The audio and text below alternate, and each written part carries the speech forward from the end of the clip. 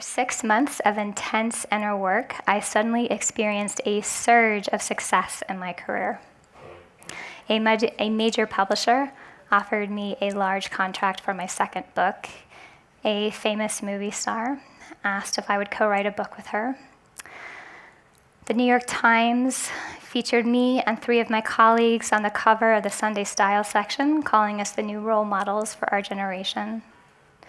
Professional projects, reality TV shows, commercial offers showed up. While one part of me was suspicious of this sudden surge, another part of me assumed it was okay because I must have done the work and learned what I needed to learn, or else the universe would not be blessing my ass with all this awesomeness. I was also under the influence of the popular belief that external success reflects internal success.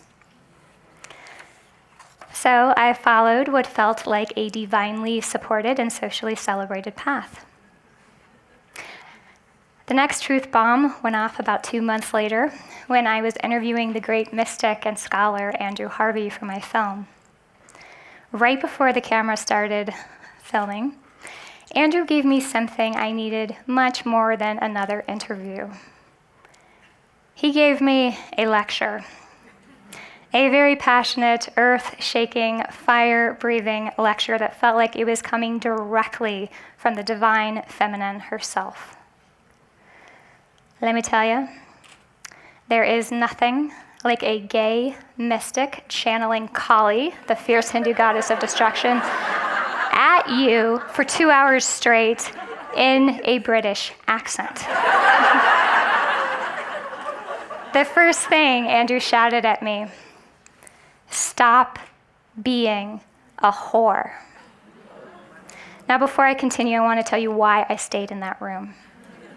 First, because I love, respect, and trust Andrew. Second, because the divine feminine energy coursing through Andrew was unmistakable. Third, because the messages weren't exactly unfamiliar. Andrew voiced, more like screamed, my own intuitions.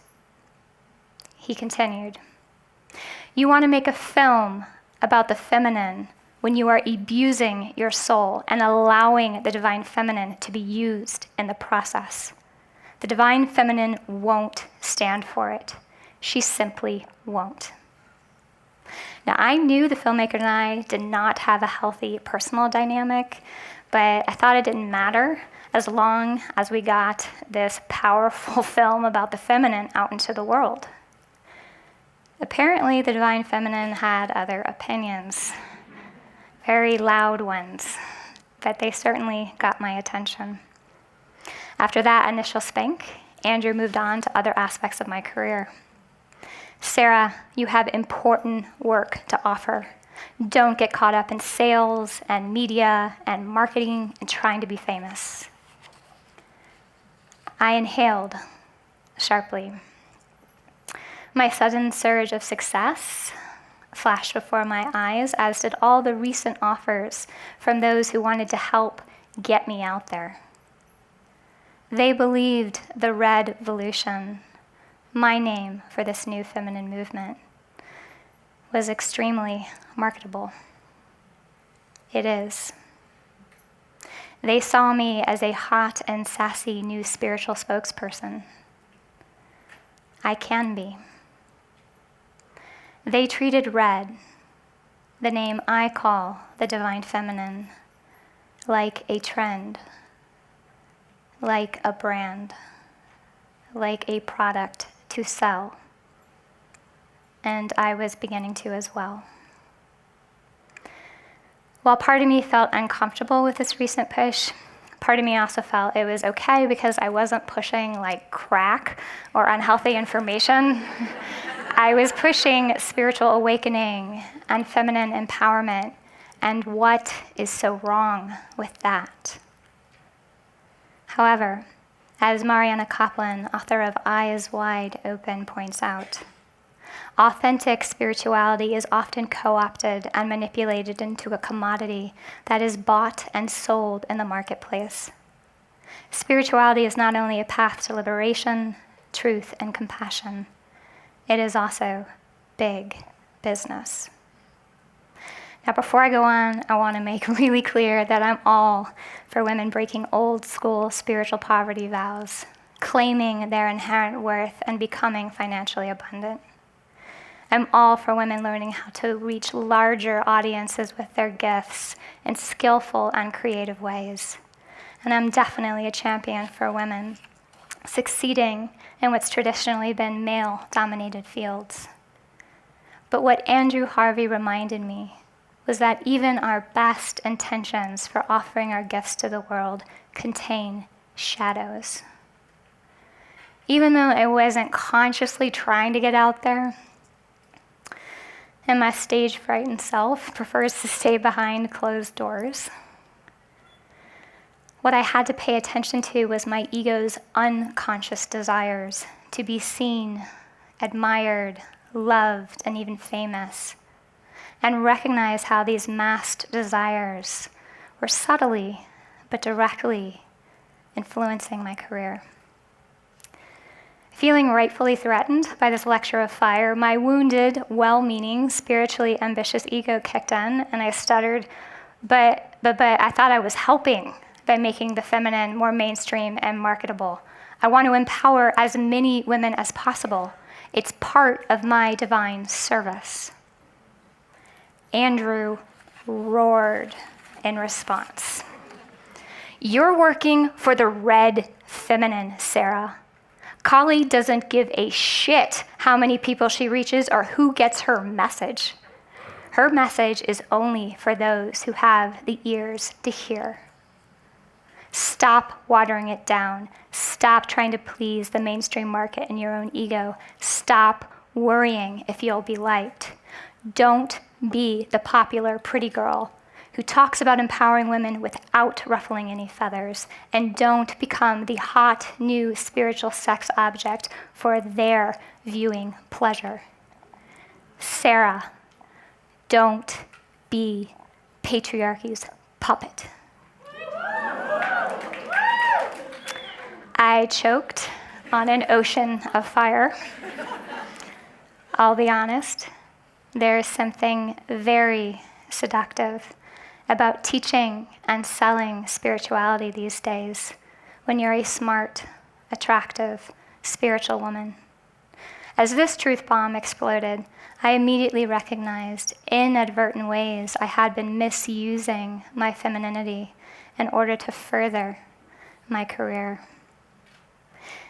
I shuddered as I realized how easy it is to appear like I'm being all revolutionary, but in truth, being patriarchy's plaything.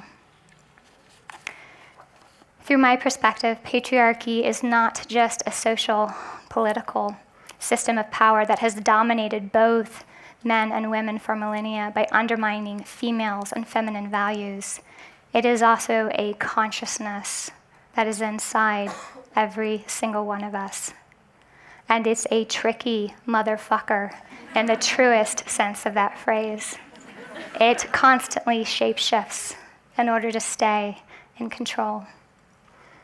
If there is an awakening in consciousness that threatens its power, like this new feminine paradigm, you can bet your bottom dollar that it will find ways to co-opt, commodify, and even mimic it in order to carry forth its own agenda. In other words, patriarchy is now wearing a goddess costume and a feminine empowerment suit with high heels. Like Jesus in the temple, overturning the merchandise stalls and expelling the charlatans, we modern women who are stewarding this new feminine paradigm have the chance to take a stand and to say, not in our mother's house. Now, before we gather pitchforks and torches, It's important to recognize and honor the fact that there are as many ways to express the feminine as there are people. What might appear like commodification through some lenses, especially feminist or spiritually correct lenses, might actually be authentic divine feminine transmissions. But what Andrew reminded me was that I needed to be vigilant and responsible with how I transmit the feminine. Andrew continued, Sera, be the authentic, unapologetic, unorthodox, burning hot sexual woman that truly represents her, not them. That will scare patriarchy. But in order to be that, you have got to stop striving for this false paradigm of success. This planet is in crisis. Now is not the time to be focusing on Facebook likes and email lists and big name endorsements and Twitter followers. And then Andrew fired it home.